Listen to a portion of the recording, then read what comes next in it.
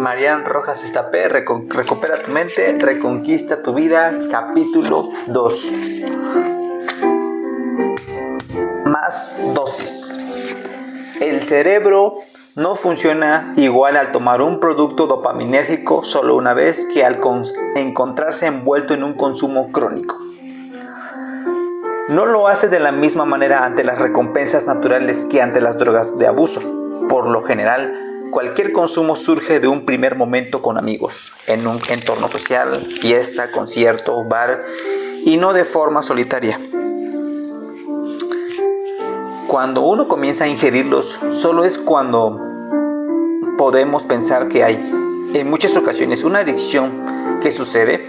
La dopamina liberada facilita y potencia la repetición de conductas para conseguir más y más placer. Hemos visto en el capítulo anterior que con la repetición del consumo, la presión sobre la zona de la cuerda P, placer, se debilita y dura menos, y la zona de la cuerda D, dolor, se fortalece y se intensifica. Esto se conoce como neuroadaptación, es decir, cuanta más exposición a la droga, la P, se van haciendo más débiles y menos numerosas, y por lo tanto se necesita más para sentir el mismo placer. A esto se le llama tolerancia, muy relacionada con la dependencia física y psicológica. Cuando el organismo necesita de un producto fármaco para funcionar, ya que tomarlo le ocasiona síntomas físicos o psicológicos, se produce esta tolerancia de la que te hablo. Esta genera con drogas, medicamentos, videojuegos, etc. El consumo de alcohol es otro ejemplo. Si lo ingieres de forma frecuente, necesitarás cada vez más dosis para disfrutar, relajarte o evadirte. Con la adicción al porno sucede algo similar. Ves un video, te excita, te gusta. Al día siguiente quieres sentir lo mismo. Abres tu pantalla, vuelves a ver el que ya viste ayer, no te excita de igual manera. Tu cerebro quiere novedad. Si insistes en ver el mismo todos los días, notarás cierto malestar e insatisfacción. Volver a sentir placer intenso está relacionado con el nuevo o distinto que puede parecer. Parte fundamental de esa excitación radica en lo novedoso. Si estás enganchado y decides quedarte con el contenido anterior de la misma dosis de alcohol, tabaco, marihuana, cocaína, una y otra vez, el placer no será igual e incluso aparecerá una sensación importante de vacío. Esta oleada de dopamina modifica el sistema de recompensa y disminuye la capacidad para sentir placer. Por ello que los adictos sienten menos alegría en las recompensas naturales. Ahora ya entendimos por qué. Consumen únicamente para salir de ese sentimiento de tristeza. Al existir tanta dopamina en la carretera de la adicción, no queda más espacio para los placeres cotidianos. Reunirse con amigos, hacer una excursión, deporte ya no genera placer. La persona se siente desganada, apagada y pierde la ilusión por las pequeñas alegrías del día y se incrementa el dolor y el malestar. Llega un momento que consume para salir de la tristeza. Cuanta más intensa es la búsqueda de placer, más vulnerabilidad al dolor. Si en cambio paras o frenas ese consumo adictivo de golpe, aparecerá el síndrome de abstinencia. El cerebro tarda aproximadamente 4 semanas en recuperarse de una abstinencia. Durante las primeras, la sensación de ansiedad, la sintomatología física propia de la privación son fuertes. La tolerancia es un paso previo a la adicción. Sin tolerancia no hay adicción. Si te enganchas al mismo estímulo de forma crónica, el placer será cada vez menor y te costará más disfrutar de esa situación, pues el organismo se habrá acostumbrado y con las dosis habituales ya no sentirá lo que al principio. Aquí está una historia. Ángel sufre de ansiedad elevada. He tenido diferentes psiquiatras durante años, pero no acabo de estar bien, me confiesa la primera vez que acude a consulta. Desde hace unos meses la ansiedad ha activado en mí un estado de tristeza profunda. Estoy muy cansado y me veo incapaz de seguir luchando contra ella. Le pregunto si toma medicamentos en ese momento. Sí, 20 miligramos de lorazepam, 60 de fluoxetina, quetiapina de 25 miligramos 3 veces al día y alprazolam de 1 miligramo.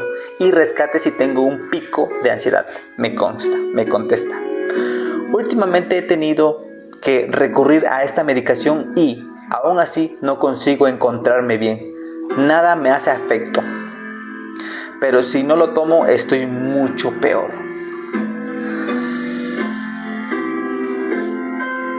Las dosis son altísimas, ha adelgazado mucho, pasa en turno de 75 kilos y mide 1,90 m, por lo que la ansiedad le consume y aún con esas dosis no logra estabilizar su malestar.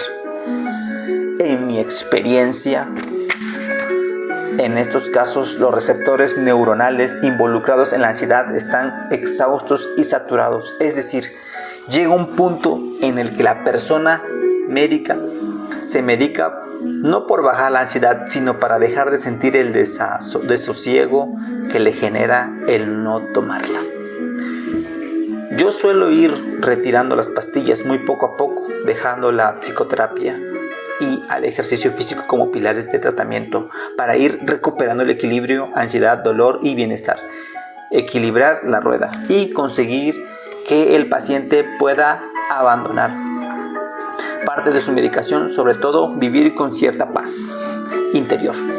Cuando alguien se engancha a las benzodiazepinas, la tolerancia a la ansiedad a largo plazo se convierte en algo complicado y difícil de gestionar. Las benzodiazepinas son sustancias de mayor consumo adictivo en nuestro país, incluso por encima de la marihuana, 110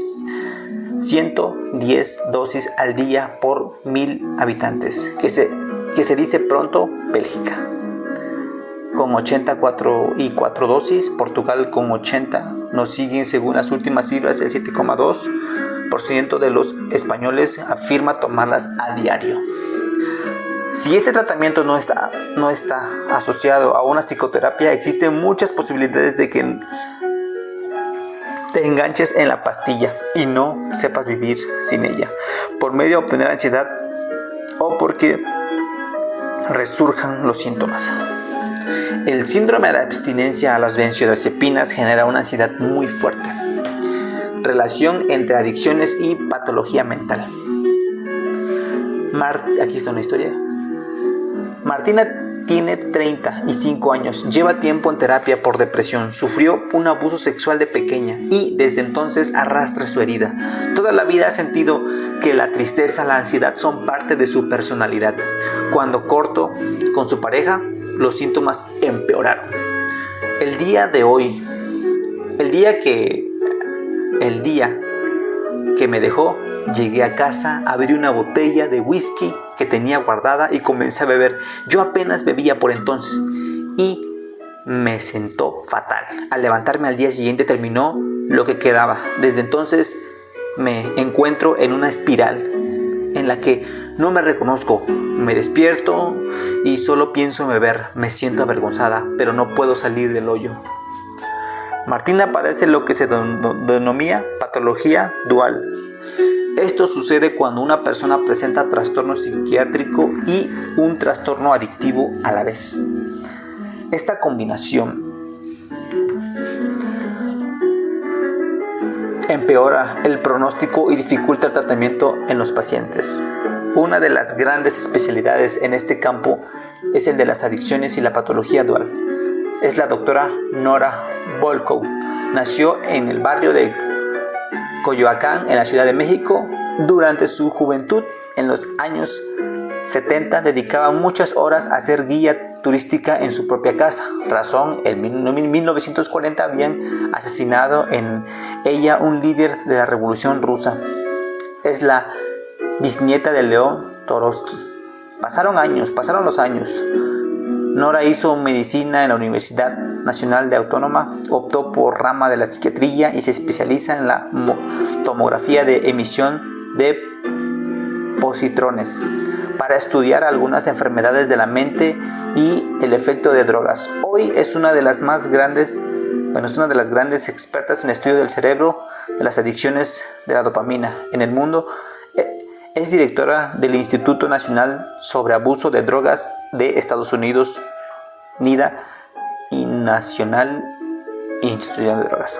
Durante mi residencia acudí a varios congresos suyos en los que tuve la suerte de escucharla. Aprendí mucho. Tengo todavía guardada los apuntes de la sesión magistral impartida en Madrid. Desde entonces sigo sus escritos e investigaciones. Sus estudios generan un gran impacto en los profesores de la salud mental.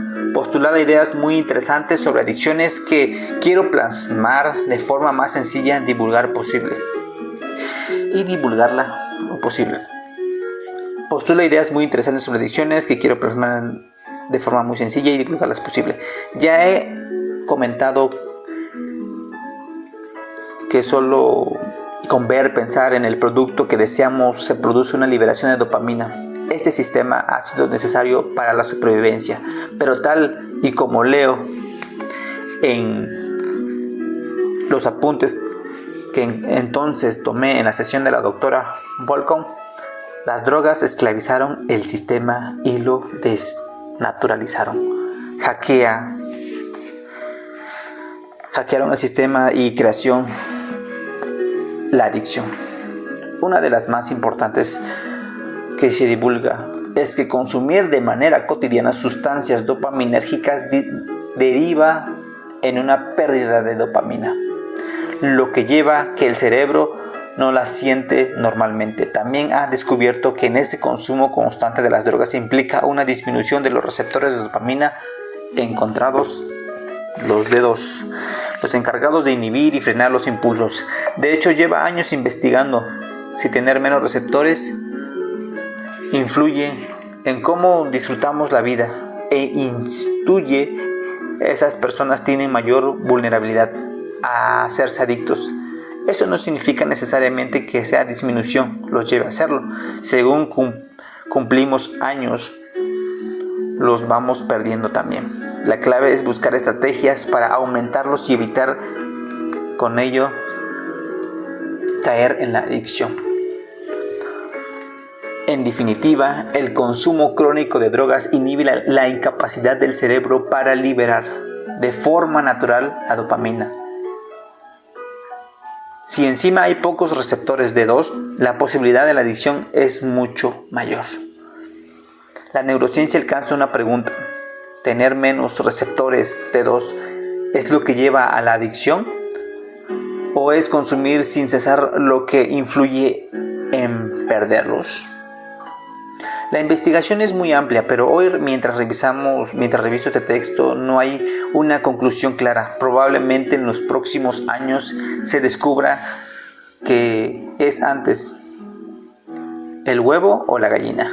Lo que sí sabemos es personas adictas que presentan disminución de los receptores de dopamina, más disminución de liberación de la dopamina, igual menor disfrute cuando uno se topa con los estímulos placenteros naturales de la vida. En otras palabras, las personas adictas sufren un robo de dopamina circulante por sus carreteras del placer natural. Dejan de disfrutar y solo buscan la adicción. Te explico en un símil relacionado con el sonido. Por un lado, el volumen de una discoteca o fiesta y por el otro, sonido normal. La recompensa natural sería escuchar música de fondo suave. La droga sería esa música apegada a una voz con mucho volumen. Ante la saturación del ruido, dopamina. Los receptores disminuyen para evitar la saturación, produciendo menos neurotransmisores en el circuito de recompensa. Y al apagar el altavoz, escucha los sonidos bajitos. Tus receptores siguen inhibidos y tienen que acostumbrarse durante un tiempo a la recompensa natural, el que es el volumen normal. El cerebro busca siempre el equilibrio, intenta compensar la excitación fuerte de dopamina con una bajada de receptores y la neurona se desensibiliza. Las adicciones generan alternaciones importantes en el cerebro, en el funcionamiento de las neurotransmisores, en las redes neuronales, en la conducta, en los vínculos. Preocupan mucho a los médicos, que hay que entender que subyace en estos trastornos para poder ayudar, apoyar, prevenir, tratar. Es un tema muy serio de salud pública, por lo tanto, tiene que ser motivo de prevención o divulgación. Seguramente puedes incluir cómo surgen las adicciones en la vida de una persona. El cerebro está diseñado para repetirlo, aquello que le genera placer. Si las drogas de abuso están presentes de forma continuada, el riesgo de hacerse adicto es mucho mayor. Otra historia. Victoria era una adicta a la cocaína desde joven. En su barrio el consumo era muy frecuente. Su pareja trataba de camionero y estaba fuera de casa muchos días a la semana. Tenía un bebé de 9 meses. Cuando la conocí en el hospital hace unos años, su madre falleció de cáncer y le regaló su reloj, único objeto de cierto valor económico que poseía. Estaba tan enganchada en la droga que se pasaba un día buscando dinero para consumirlo. Una mañana se levantó con gran ansiedad de tomar cocaína. Cogió el reloj y lo llevó a un lugar de venta. Dejó al bebé solo en la casa y volvió 5 horas más tarde. Al abrir la puerta, escuchó a su hijo llorando y en ese instante se dio cuenta de las horas que llevaba fuera y de que había abandonado a su pequeño. Tuvo miedo de hasta dónde había llegado su adicción y pidió ayuda. Llegué colocada, me dijo entre lágrimas. Me encontré a mi niño llorando en la cuna. Ahí supe que tenía que reconocer mi problema y curarme. Aquí te lanzo una idea sobre las adicciones. Una persona adicta y con mono no ve más allá.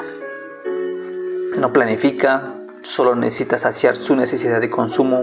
A veces pone en riesgo su vida, toma decisiones inadecuadas o, como en este caso, incluso abandona a su bebé. La corteza prefrontal de los adictos pierde la capacidad de funcionar de manera adecuada.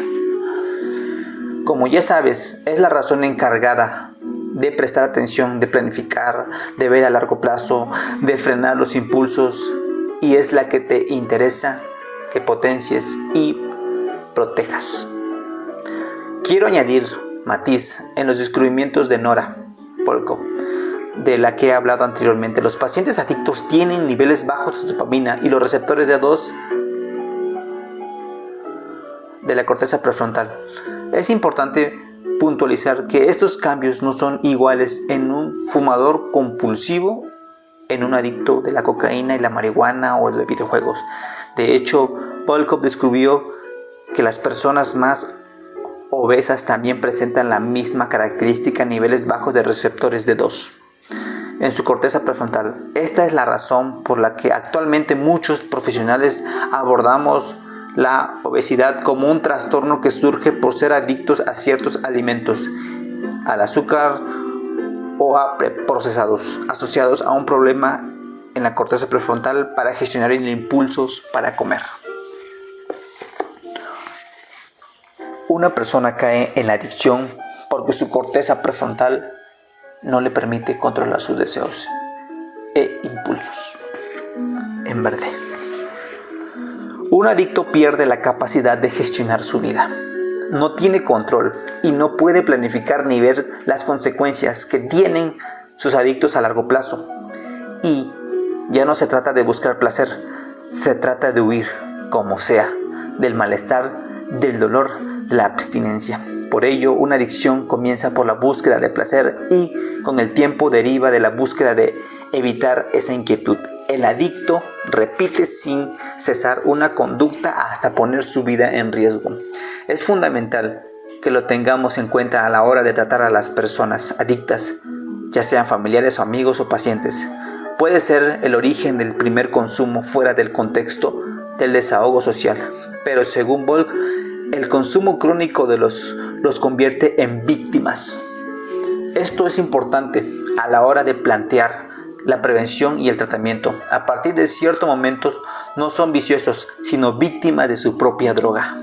Con la droga ni se juega ni se tontea, porque cuando llega la adicción, la salida es muy complicada. Existen tratamientos, pero seguro que conoces a alguien a quien le esté resultando muy difícil conseguirlo.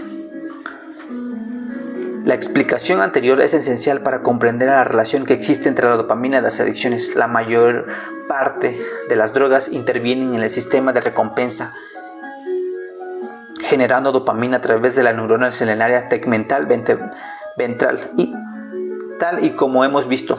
Es decir, cuanta más cantidad se agregue a la mayor velocidad, el núcleo accumbens, hipocampo y corteza prefrontal, mayor será su poder adictivo.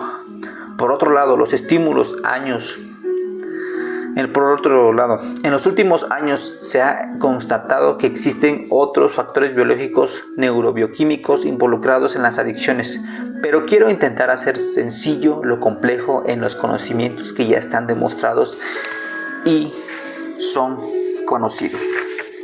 Cada droga tiene un mecanismo de acción diferente, pero todas afectan directamente o indirectamente al sistema de recompensa.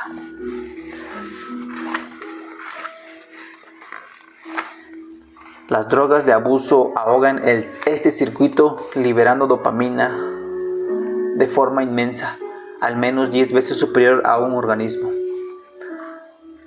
Si la manera de ingerirla es vía nariz o endovenosa, la señal llegará al cerebro de modo inmediato. Ningún placer natural genera esa sensación tan rápido, tan brutal, tan eufórica. Esa sensación y liberación intensa nos lleva a querer repetirlo constantemente y el cerebro ya lo conoce. Se va adaptando a esos excesos de dopamina. Y entonces cada droga tiene un mecanismo de acción diferente. Según la doctora Boltz, las drogas más adictivas son las metanfetaminas. Tanto esas como la cocaína inhiben la eliminación de dopamina en la sinapsis, proceso necesario para poder equilibrar el organismo. El alcohol, el cannabis, la nicotina, los opioides actúan como mecanismos indirectos a través de la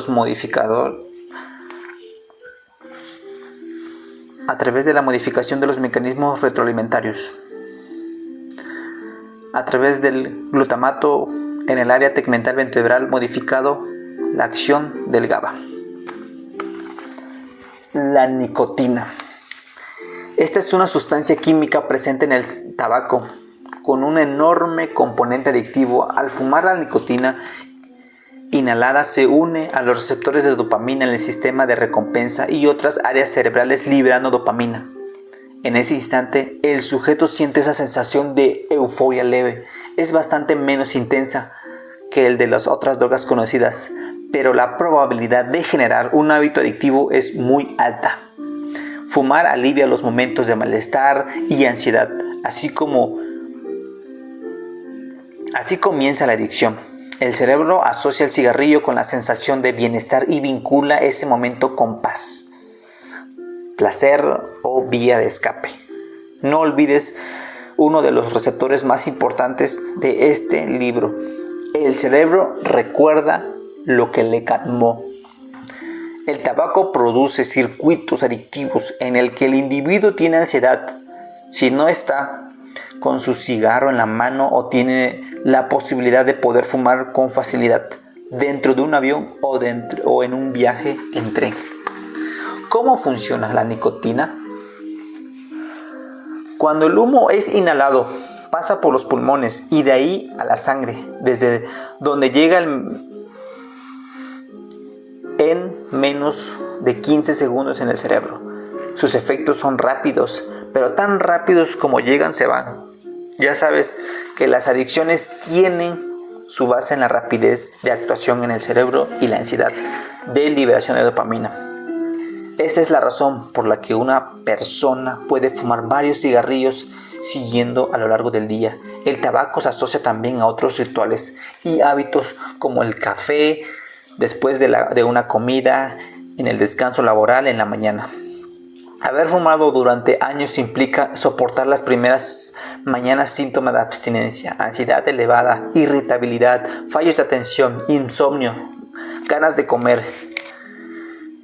Si uno decide dejarlo, estos se producen cuando hay dependencia, cuando el cuerpo y el cerebro se han habituado a que exista droga en el organismo. Dejar de fumar es todo un reto y debe ser apoyado con algún tipo de tratamiento que palíe la sensación de angustia. Existen métodos, fármacos, parches, chicles de nicotina, inhaladores e incluso libros para salir de esa relajación física y psicológica.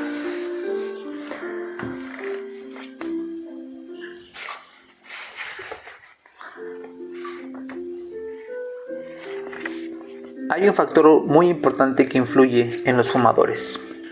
La dopamina no solo se libera al consumir, también el cortejo previo. Oler el tabaco, tocar la caja, encender el cigarro. En las terapias de deshabituación se trabajan esas sensaciones que pueden ser las que dificulten el abandono por completo del hábito. Se ha observado que la nicotina no es la única sustancia que interviene en el comportamiento adictivo. Fumar está relacionado con una baja de la monoamio oxidasa, MAO, una enzima que se encarga de degradar y eliminar neurotransmisores como la dopamina, la serotonina, la noradrenalina. Esta disminución de la monoamino oxidasa potencia el efecto adictivo de la nicotina, ya que la dopamina puede mantenerse más tiempo en el espacio entre las neuronas, generando el aumento de efecto placentero, con lo cual tanto la alteración de esta enzima como la activación de la dopamina influyen en la adicción al tabaco, que sea tan intensa. La marihuana. Un ejemplo. Carmelo lleva años fumando purros, enganchado a los videojuegos. Empezó con la marihuana a los 15 en el instituto con compañeros de clase. Al principio era algo puntual, pero ahora consume diario. Se nota triste, apagado. Trabaja en un periódico online y debido a su bajo rendimiento ha recibido varios avisos que finalmente le han echado. Es lo único que me relaja, me quita la ansiedad, me dice. De vez en cuando no dejo de fumar para ponerme con algún videojuego. No quiero volver, no quiero curarme.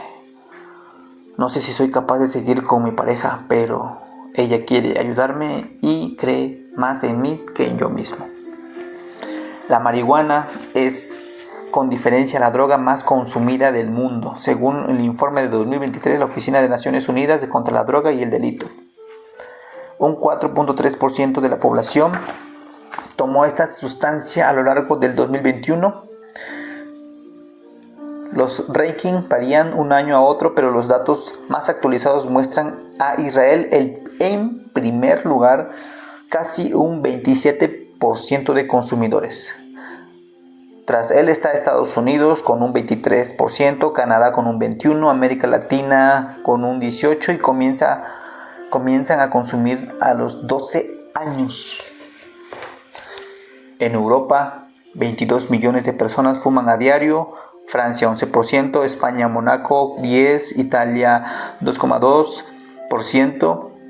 Según un estudio realizado por el Observador Europeo de las Drogas y las Toxicomanías sobre las aguas residuales de 75 ciudades, la población con más consumo en 2021 fue Barcelona.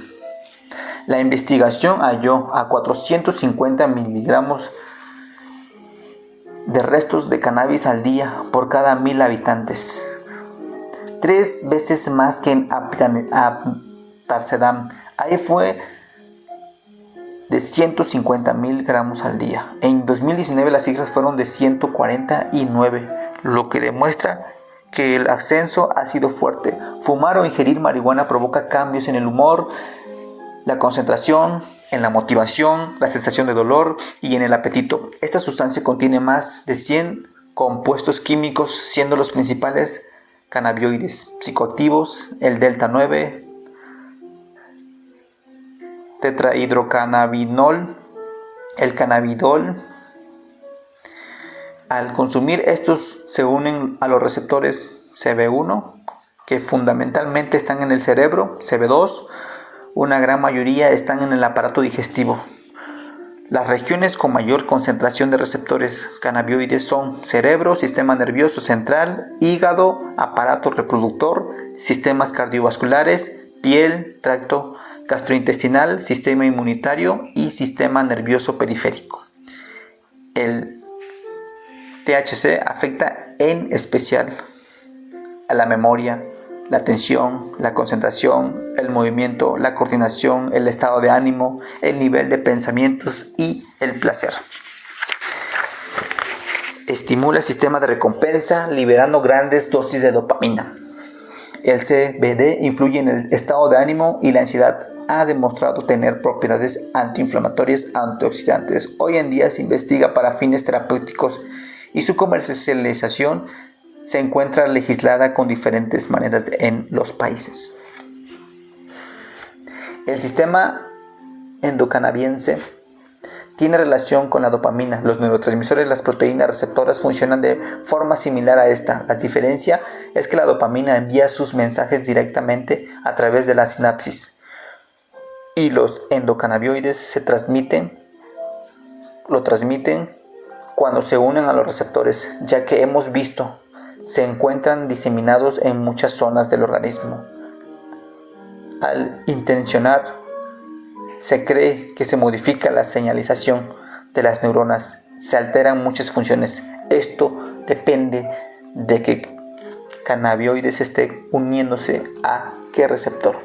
Los receptores CB se encuentran involucrados en el sistema de recompensa, en particular en el núcleo accumbens y el hipocampo. Al ser activados, pueden liberar dopamina. Si la marihuana se une a estos receptores, los efectos aparecen en la memoria, atención, motricidad, percepción del olor y el estado de ánimo. La interacción con los receptores B2 es parte de un sistema biológico complejo, pero la influencia más importante sucede en el sistema inmune. Porros y corteza prefrontal en verde.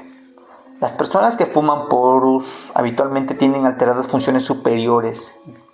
Ya he señalado algunas: la memoria de trabajo, la concentración, la capacidad de tomar decisiones y la atención, todas ellas de la corteza prefrontal. Por lo tanto, el consumo crónico afecta a la corteza prefrontal. Si esto sucede desde la infancia, interfiere en la manera en la que tienen los jóvenes de aprender, estudiar, concentrarse. Sabemos que la corteza prefrontal se encuentra en pleno desarrollo en la adolescencia y al fumar marihuana influye en la formación de esta zona del cerebro.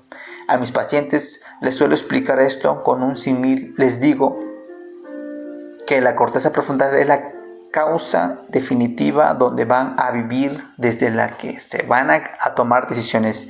Ahí existen diferentes estancias: placer, deporte, motivación, voluntad, flexibilidad cognitiva.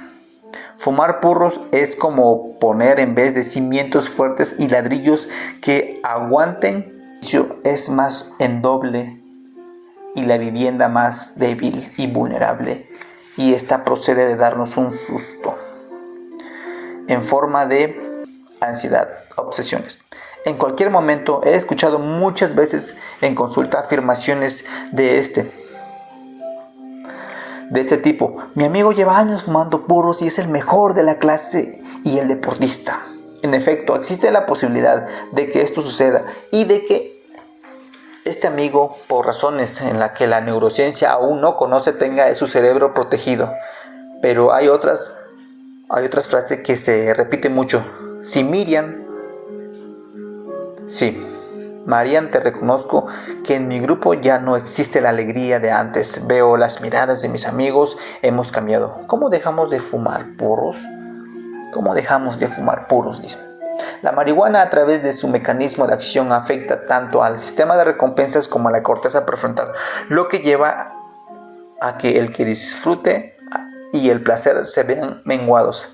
Al estar dañando la corteza prefrontal, la toma de decisiones será más primitiva, por lo que es típico que exista descontrol de impulsos y decisiones poco meditadas. Lógicamente, las consecuencias del consumo de la corteza prefrontal y el sistema de recompensa varían unas personas a otras. Existen estudios muy interesantes que investigan el comportamiento genético de los individuos en su relación con los receptores cerebrales y el sistema endocannabinoides. Durante una estancia en el CAID, Centro de Atención Integral de Drogodependientes, doctora Lola Baño, experta en adicciones, hablamos durante horas sobre la marihuana y sus secuelas en diferentes pacientes. Debatimos sobre numerosos temas que va antes, la droga o la patología psiquiátrica, hay predisposición, por qué a algunos les afecta la marihuana desde un primer momento y otros tardan años en presentar síntomas. En una de mis primeras guardias en el hospital ingresó Pablo, un chico de 22 años con un brote psicótico. Esa tarde había probado por primera vez los poros con su grupo de amigos. Era el único que nunca había consumido. Tras un rato comenzó con alucinaciones, ansiedad elevada y no paraba de gritar. Al llegar al servicio de urgencia, sus amigos me explicaron que todos habían fumado y que todos se encontraban bien. Me interesó mucho su caso, quería entender la razón por la que los efectos habían sido tan drásticos. Supe finalmente que tenía 2 tíos maternos con trastornos bipolar.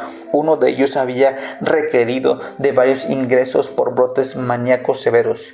Es probable que Pablo tuviera una mayor vulnerabilidad genética.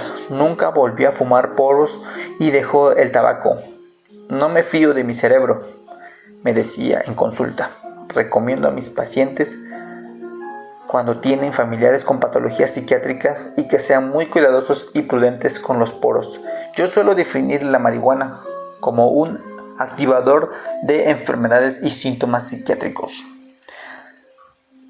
Síndrome amotivacional.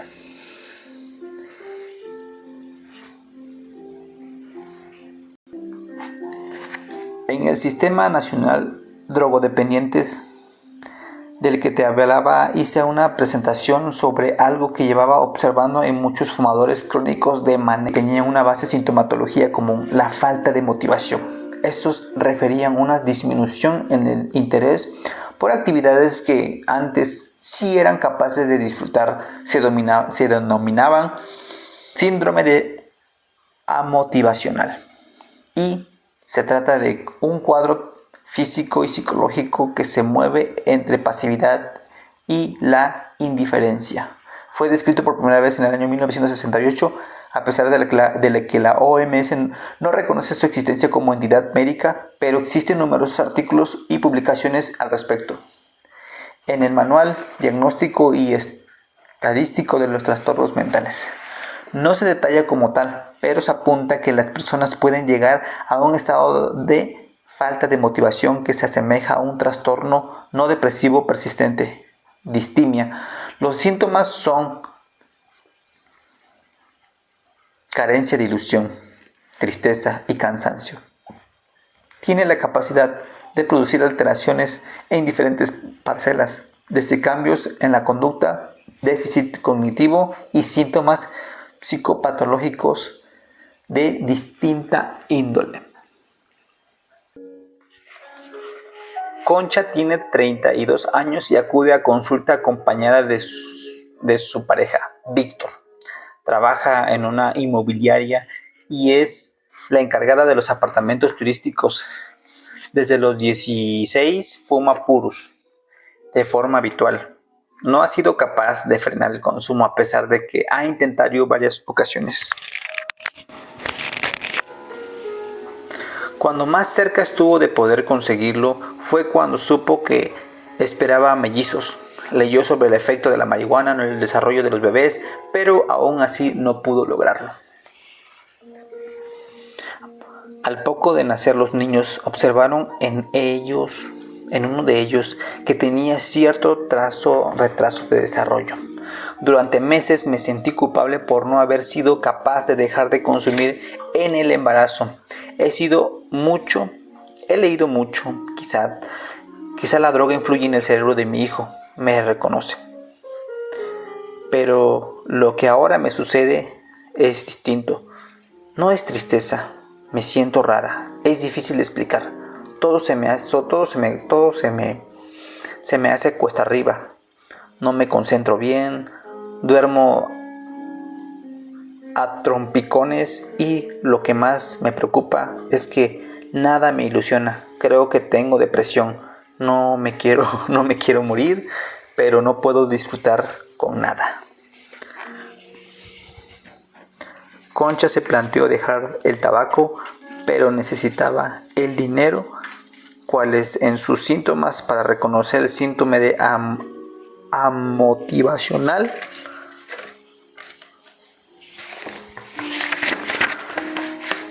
Apatía, estado de desinterés con tintes de tristeza sin llegar a ser depresión, bajada de concentración con dificultad para prestar atención a lo que lo rodea, le cuesta concentrarse en los estímulos externos, pasividad ante lo que sucede a su alrededor, ganas de estar sola, ha perdido el interés por los demás, falta de voluntad, abulia, dificultad para sentir emociones. Aunque le dieran buenas o malas noticias, le costaba vincularse emocionalmente con otras personas. Incapacidad de sentir placer, que es anedonia. Disminución de fallos de la memoria. Sufre un deterioro de la memoria a corto plazo. Dificultad para realizar tareas complejas. Pocas ganas de trabajar, de hacer una actividad. Inhibición de la vida sexual. Imposibilidad de planificar debido a que la corteza prefrontal no funciona como debe. Peor cuidado del aseo personal. Repito de nuevo. Es importante señalar que a pesar de que este síndrome tenga rasgos y síntomas similares a la depresión, no se trata de lo mismo. Durante mi residencia en la unidad de adicciones en el Hospital del Mar de Barcelona, tuve la fortuna de aprender de la doctora Marta Torres y su equipo. En una sesión que impartieron sobre antidepresivos y adicciones, nos contaron que existían pocos medicamentos que ayudan en los síntomas depresivos de las adicciones. La doctora Torres me explicó que era un tema que se estaba investigando en profundidad. Las personas que consumen pueden padecer una depresión concomitante que influye con la adicción. Ha sido previa al inicio del consumo, o sea, de su desencadenante, pero muchas drogas que generan ese estado fatal de motivación responden mal a los antidepresivos. Después de lo leído, sabes que cuanta más dopamina, más tristeza, infelicidad e incapacidad de disfrutar. Las drogas ocultan y diluyen la conciencia, reduciendo la capacidad que tiene la mente de percibir su estado adictivo y malestar. Cuando uno se encuentra en ese estado el inconsciente vuelve una y otra vez al consumo. Es más fácil abandonarse a las drogas que lidiar con la vida. No sabes exactamente la causa del síndrome de amotivacional, pero las terapeutas reconocemos esta relación con las drogas, especialmente con el cannabis. Se cree que puede ser debida, yo opino de esta manera, a una alteración de la corteza prefrontal que impide disfrutar, planificar, tomar decisiones y razonar. La curación comienza cuando cesa el consumo. Existen algunos fármacos que podrían ayudar, pero no suelen ser muy efectivos. La psicoterapia cognitiva es un tratamiento que lo beneficia, lo refuerza a la persona a tomar conciencia, a cumplir objetivos e reilusionarse por la vida. En el consumo de la marihuana, su intención con el síndrome anomotivacional sigue siendo motivo de debate al no conocerse bien la neurofisiología que subyace. Las anfetaminas. Las anfetaminas se recetan para TDAH, la obesidad, la narcolepsia. Estimula la liberación y aumenta la concentración de dopamina y adrenalina en el cerebro. Los efectos a corto plazo son una mejoría en el estado de alerta, una disminución en la sensación de fatiga y un incremento en la concentración. De esta manera sube el rendimiento tanto físico como mental y se reduce el apetito. Estas sustancias estimulan el sistema nervioso central, generando una mayor sensación de energía. Se unen a los transportadores de dopamina, noradrenalina, actuando como inhibidores competitivos de los neurotransmisores. Es decir, la anfetamina se coloca en el mismo lugar que la dopamina, compitiendo con ella, bloqueando su entrada en la terminal terapéutica. Al administrarse dosis altas, la dopamina se acumula en cantidades masivas en el terminal presináptico, generando euforia. Son muy adictivas, muchas no están aprobadas por el uso medicamento del médico y se elabora de manera ilegal. Se pueden consumir por vía oral, esnifar, fumar o incluso inyectar, y vienen en polvo, pasta, cristal, líquido, pastillas o cápsulas. Las más habituales son dextroanfetaminas. Se utiliza como tratamiento para el TDAH con la narcolepsia. Algunas personas abusan de su consumo sin prescripción médica para obtener el efecto estimulante, y esto puede derivar a consecuencias perjudiciales para la salud. Anfetamina en jerga, entre más conocidas, metanfetamina. Si es sólida se conoce como cristal, fat, hielo, wax. Si es líquida, entre otros nombres, tiene el de SPED rojo. Las anfetaminas es un polvo blanco, cristalino y amargo que se puede diluir en agua, en alcohol, y se puede fumar, inhalar, tomar por vía oral, inyectar. Es más potente que las anfetaminas, ya que los efectos son más duraderos y daña más al sistema nervioso central. Cuando se fuma, llega a la sangre, al cerebro con mucha rapidez. Gran liberación de dopamina acompañada de placer fuerte e inmediato. Al aspirarse, los efectos se notan en 3 minutos. Al ingreso de forma de pastilla, unos 15 o 20. Recuerdo a Frank, un chico que conocí en la universidad. Le había recetado concreta para tratar su TDAH. Una noche se quedó estudiando en la biblioteca 24 horas y notó que le bajaba un gran bajón. No conseguía seguir, pero el examen era al día siguiente, a primera hora. Tenía pensado acudir de empalmada. Salió a fumar y vio que varios compañeros se reían a carcajadas. Se aproximó uno de ellos y dijo que si quería aguantar y continuar empollando, tenía que probar un Big. Lo hizo. Y así se metió en el mundo de las anfetaminas. Se dio cuenta de que el efecto era mucho mayor del que sus medicinas, pero la caída era intensa y necesitaba cada vez más. Una tarde en la facultad noté que temblaba. Yo por entonces no sabía mucho de drogas, pero percibía que algo le estaba sucediendo. Al preguntarle si se encontraba enfermo, me dijo que necesitaba su pastilla. Conseguí que me contara lo que le pasaba. Estaba enganchado. No podía decírselo a sus padres ni a su psiquiatra. El Big le duraba cada vez menos y no sabía cómo ponerle freno a aquello. Los atracones de anfetaminas generaban subidones fuertes, pero los efectos de Big dejaban de formar de forma inmediata su bajada. y por ello los que se enganchaban consumen más y más, saltándose comidas, descanso. Dura entre 12 y 48 horas y terminan con el agotamiento del sujeto, que precisa varios días para recuperarse. En esta fase los niveles de dopamina están muy disminuidos y se cree que en ese momento existe una alteración de las neuronas y en los circuitos cerebrales. La anfetamina, al igual que lo hace la cocaína, provoca una gran liberación de dopamina, pero las neuronas funcionan de forma diferente con cada droga. Por ejemplo, la cocaína inhibe el transportador activo de dopamina,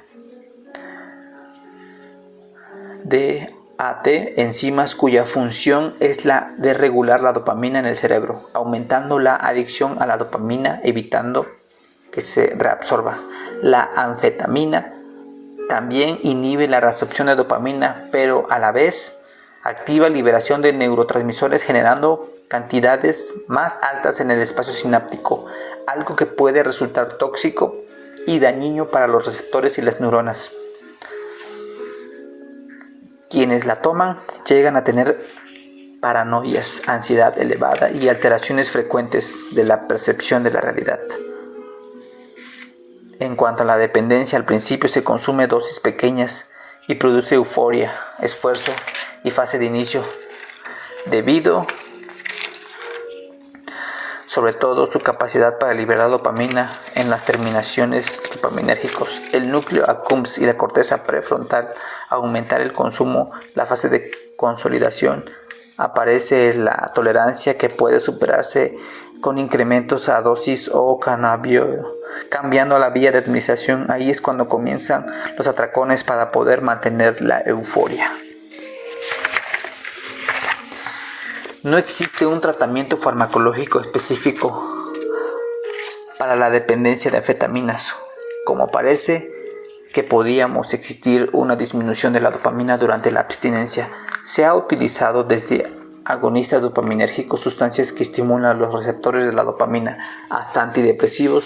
Los resultados con psicofármacos son desalentadores. La psicoterapia puede resultar de utilidad. Los trastornos inducidos por la anfetamina se tratan de forma sintomática. Los antipsicóticos para las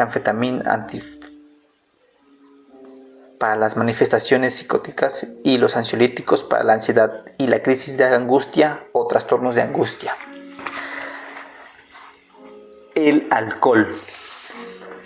Luis tiene 40 años, trabaja como ejecutivo en una empresa multinacional, viaja todos los meses a América y Asia. Su mujer le acompaña. Me cuenta que desde hace tiempo no controla el alcohol, consume todos los días y en una ocasión se puso agresivo con ella al acabarse el que había en su casa. Su padre y su tío tuvieron el mismo problema, pero nunca se trataron. Luis comenzó a beber en el instituto y recuerdo varias ocasiones en las que llegó inconsciente, traído por amigos a casa sin recordar lo que había sucedido. El alcohol es una sustancia del abuso depresora del sistema nervioso. De primeras genera euforia y desinhibición, por lo que algunos, al comenzar a consumirlo, especialmente los jóvenes, lo confunden con una estimulante.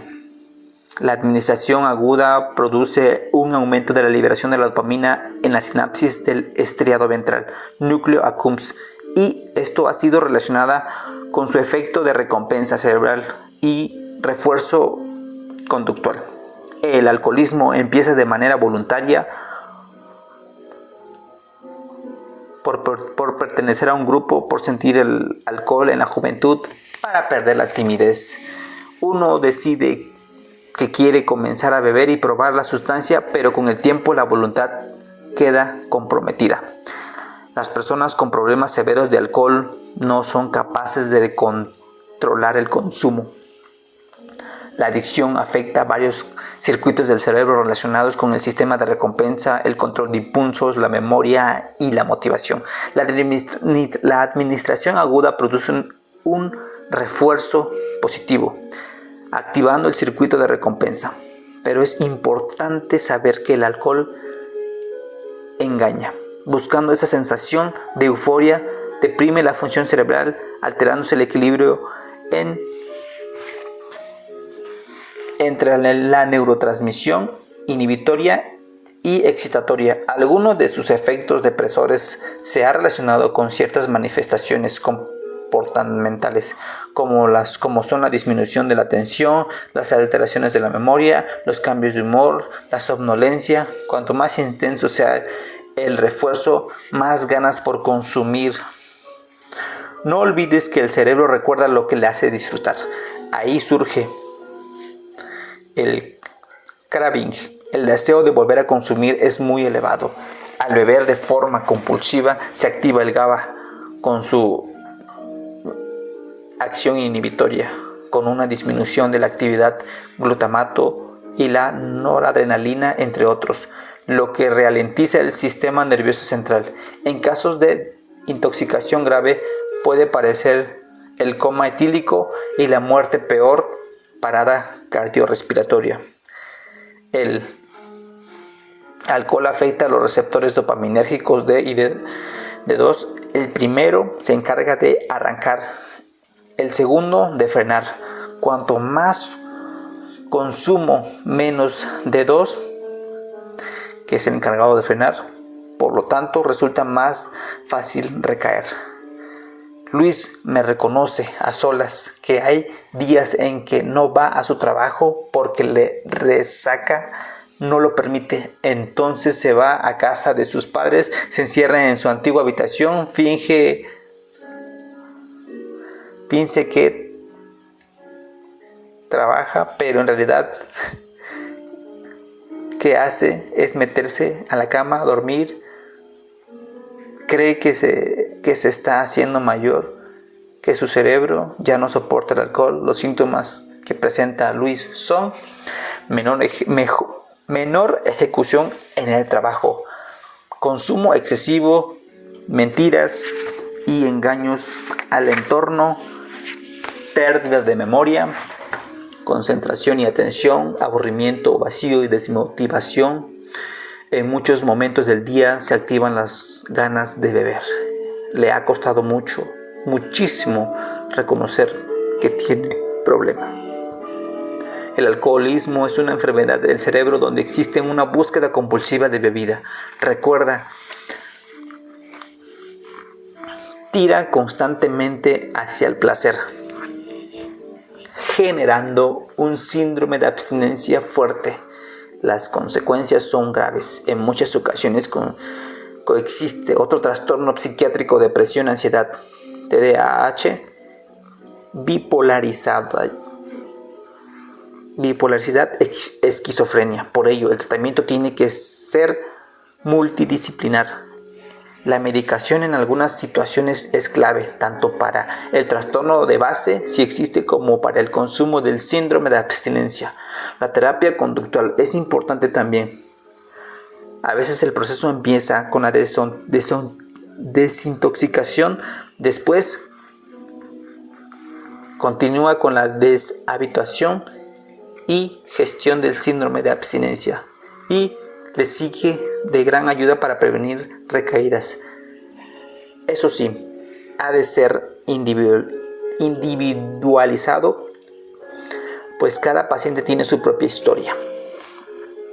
He seguido y ayudando a numerosos pacientes con problemas de alcohol y me sigue impresionando cómo ciertos sujetos son capaces de superarlo, otros de seguir manteniendo una doble vida. He visto otros con un deterioro muy rápido y otros con caídas y recaídas constantes. Una persona en estado de embriaguez toma peores decisiones, son más primarias, más arriesgadas y le cuesta la resolución de problemas. El alcohol no afecta por igual a todos. La cantidad, el tipo de sustancia alcohólica, la frecuencia, la genética y otros factores. Estrés, soledad, tipo de apego influyen en la manera en la que deteriora la corteza prefrontal. En los alcohólicos, lo que se busca es expresar el lado eufórico, el refuerzo positivo y evitar la abstinencia. Una de las características propias de las personas que lo consumen es que no reconocen que tengan una adicción. Uno se imagina que ser alcohólico es el caso extremo de estar en la calle inconsciente,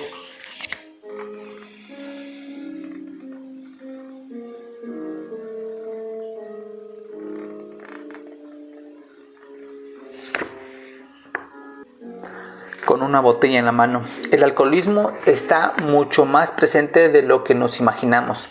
Cada país tiene sus propias costumbres, pero en España el vino, la cerveza forman parte de cualquier comida, cena de amigos.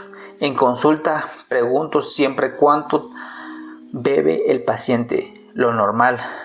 Suelen decirme los rangos de bebidas son diferentes para cada uno. El metabolismo del alcohol es distinto. En mi experiencia, si una persona está atravesando un momento complicado de estrés, ansiedad, depresión, insomnio, trastornos de tipo TOC, bipolaridad, esquizofrenia, el consumo empeora todos los síntomas. Una historia. Felipe lleva meses con sensación de angustia constante, derivada de pensamientos instructivos que no pueden controlar. Trabaja en una empresa o automatización como gerente. Está casado y tiene una niña pequeña, de puertas para afuera. Su vida es fácil y feliz. Vivo en un infierno desde hace años, me confiesa. Se me cruzan pensamientos de hacer daño a otros constantemente. Veo un cuchillo y creo que puedo herir a una mujer. Veo una ventana y pienso que puedo tirarme. Voy mucho en AVE y miro las vías de tren y me vienen pensamientos terribles de hacerme daño.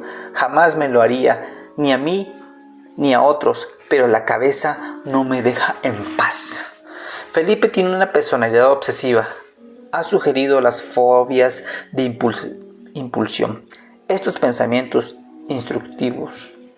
intrusivos se cuelan en la mente con contenido agresivo hacia uno, hacia los demás. Comenzamos con medicación, un fármaco que funciona muy bien para este tipo de pensamientos rumativos de impulsión. Le ayuda a disminuir enormemente los síntomas, pero lo que en realidad elimina el problema es dejar el alcohol. A pesar de unos meses, me reconoce que erradicarlo le ha cambiado la vida y que bebía más de lo que imaginaba. Como antes tenía los niveles de estrés tan alterados, se desequilibraba con mucha frecuencia cada vez que consumía. Ahora tiene mayor sensación de control sobre sí mismo. Los opioides.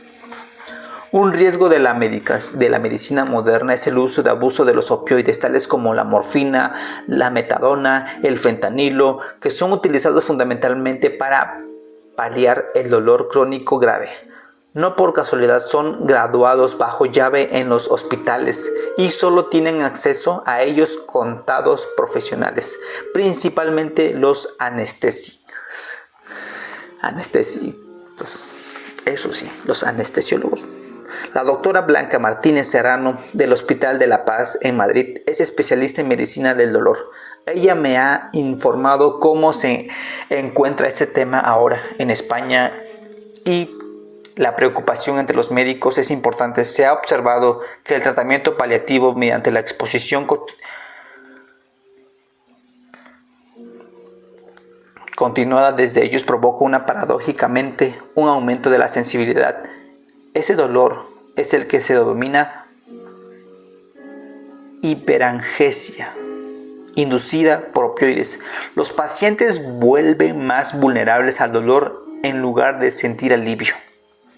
Se cree que el origen está relacionado, puede deberse a un desequilibrio dolor-placer en el sistema nervioso.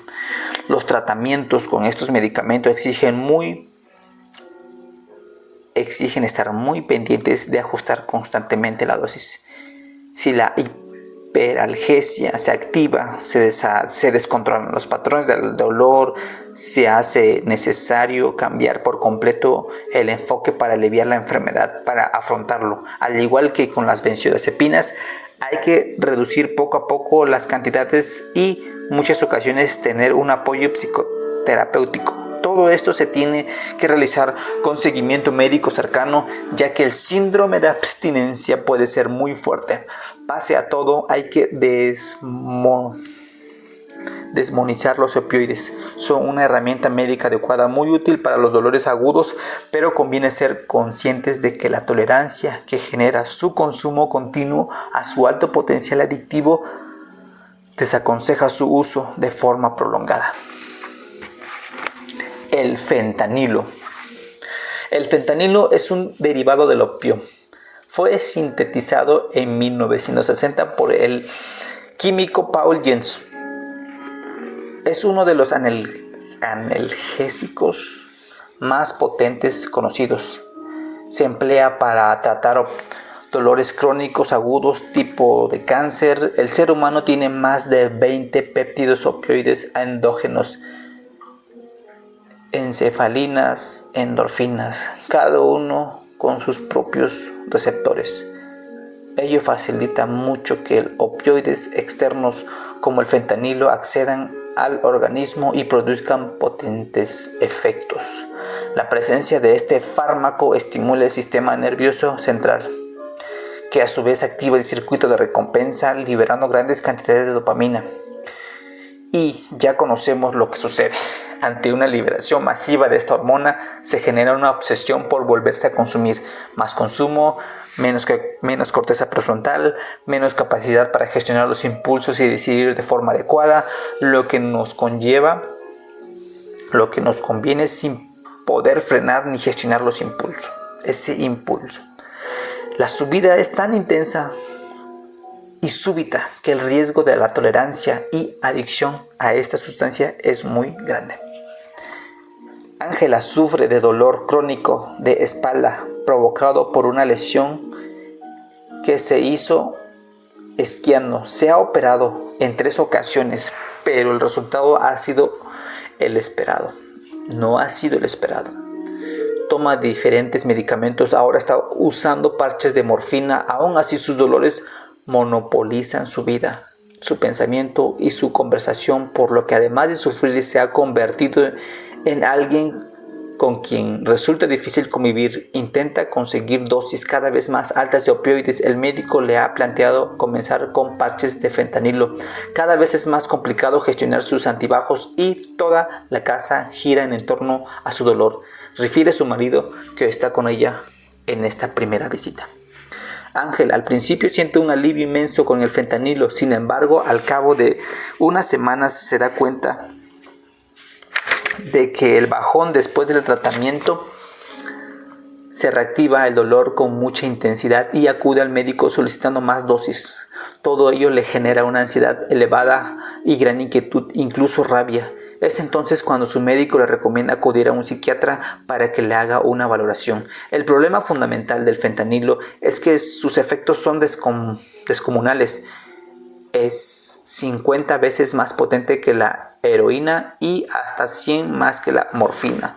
Si eso le sumamos que su síntesis es relativamente sencilla y barata, las dosis de Estados Unidos se venden en $3 y $5. Ello explica la crisis de la salud pública que está generando en el mundo. Un kilo de fentanilo en China vale $5,000, que puede generar 1,5 millones de ganancias al venderlo ilegalmente Estados Unidos. La mayoría se sintetiza por los carteles mexicanos con químicos provenientes del país asiático. El fentanilo fue responsable en el 2022 de 3/4 partes de muertes por sobredosis. Estados Unidos en torno a 2,000 fallecimientos a la semana. El sistema de salud norteamericano da una gran autonomía a los centros privados para prescribir estos fármacos. Existe menos regulación y supervisión de la que sería necesaria, visto que está sucediendo. Además, durante décadas, la industria farmacéutica presionó a los médicos para fomentar el uso generalizado de opioides como el fentanilo como primera barrera contra el dolor, lo que provocó que muchos pacientes desarrollen adicción a una medicación que bien podría haber sido menos potente y peligrosa. Esta crisis no ha llegado todavía a España. Aquí su consumo precisa receta y hay una regulación estricta para combinar el abuso de esta clase de fármacos. No obstante, según un informe de Junta Internacional Fiscalización de Estupefacientes en el 2019, ocupamos cuarto lugar en el mundo en el uso del fentanilo. Nos adelantamos Alemania, Reino Unido y por supuesto Estados Unidos. Los opioides más utilizados son la codeína y el tramadol.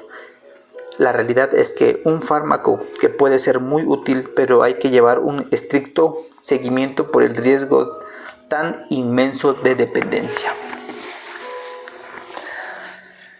Dependencia. Aquí te dejo la escala analgésica de la OMS, es decir, cómo ir introduciendo los medicamentos para manejar el dolor en los pacientes. Pues tomarle una captura. Listo. Aquí está la escala del OMS, escalón 1, escalón 2 y escalón 3. Escalón 1 están los AINES, diclofenaco, ibuprofeno, metamizol, paracetamol, coadyuvantes. Escalón 2, opioides y débiles y no opioides. Pentazocina, petidina, tramadol, coadyuvantes. Y escalón 3, opioides potentes clásicos no opioides. Buprenorfina, fentanilo, hidromorfona, morfina, oxicodona y coadyuvantes. El glutamato. Vuelvo a la dopamina, la encargada de adquirir hábitos y engancharse a las drogas. El glutamato es un neurotransmisor. Se ocupa de búsqueda, aprendizaje, memoria, influye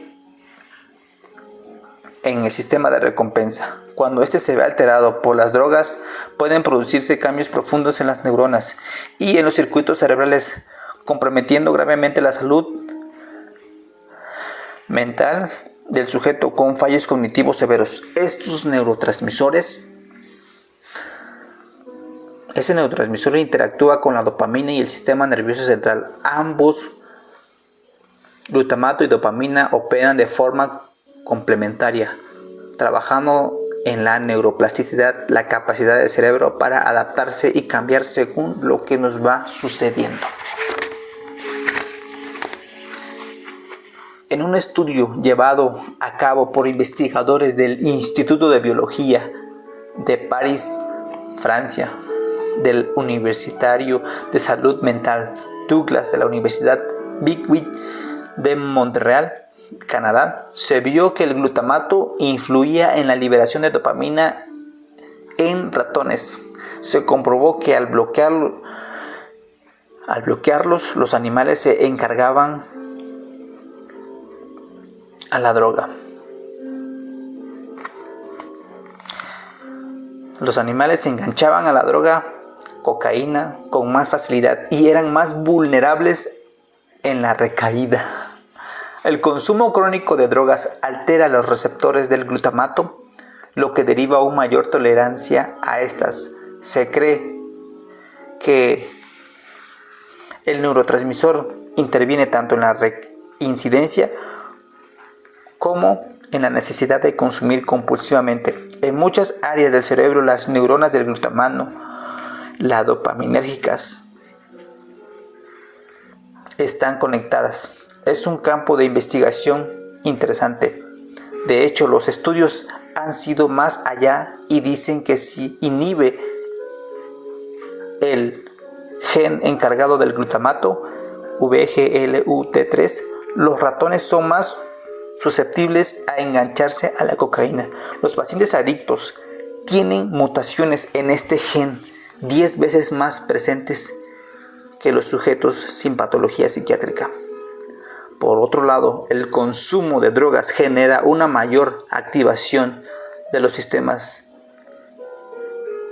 glutaminérgicos, potenciando las respuestas dopaminérgicas. Se puede explicar de esta manera: la dopamina se ocupará de todo aquello relacionado con la motivación y recompensa de las drogas, mientras que el glutamato consolidaría las alteraciones cerebrales, potenciando la adicción.